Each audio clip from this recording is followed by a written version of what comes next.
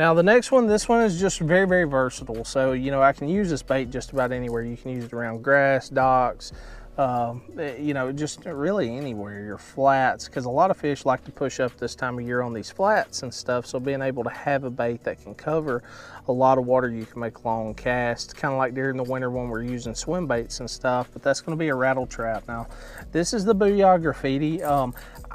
I've become really fond of this. You know, a lot of times in the spring people talk about red. You know, you need to be throwing red, you need to be throwing orange.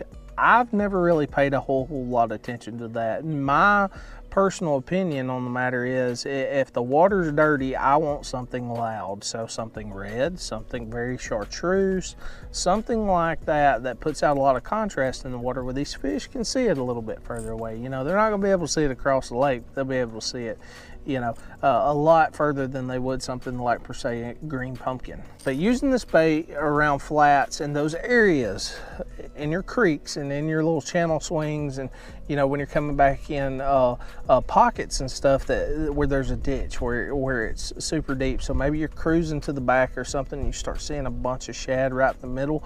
A lot of times, if there's fish chasing those shad, you can pick up these traps this time of year and bust up those bait balls, and it really, really fires up those fish.